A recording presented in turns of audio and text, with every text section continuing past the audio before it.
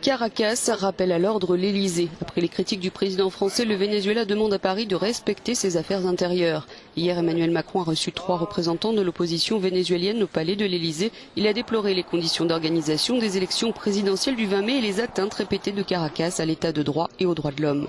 Les opposants vénézuéliens, l'ancien président de l'Assemblée nationale, Julio Borges, Carlos Vecchio, coordinateur politique du parti Voluntad Populaire, et l'ancien maire de Caracas, Antonio Ledesma, ont entamé une tournée européenne, en commençant par la France, pour tenter d'accroître la pression internationale sur le gouvernement socialiste de Nicolás Maduro. Ils appellent à ne pas reconnaître les résultats de la prochaine présidentielle, à, je cite, libérer le Venezuela de la dictature. Caracas a aussi réagi via Twitter par la voix de son ministre des Affaires étrangères. Un président de la France ne devrait pas se subordonner aux desseins guerriers de Donald Trump et encore moins suivre ses ordres, a-t-il dit. Le président américain comme l'Union européenne ou le Pérou ont condamné les agissements de Maduro et pris des sanctions. Emmanuel Macron avait déjà qualifié la gouvernance de Maduro de dictature l'été dernier après la mise en place de l'Assemblée constituante et la répression des manifestations qui avaient fait 130 morts.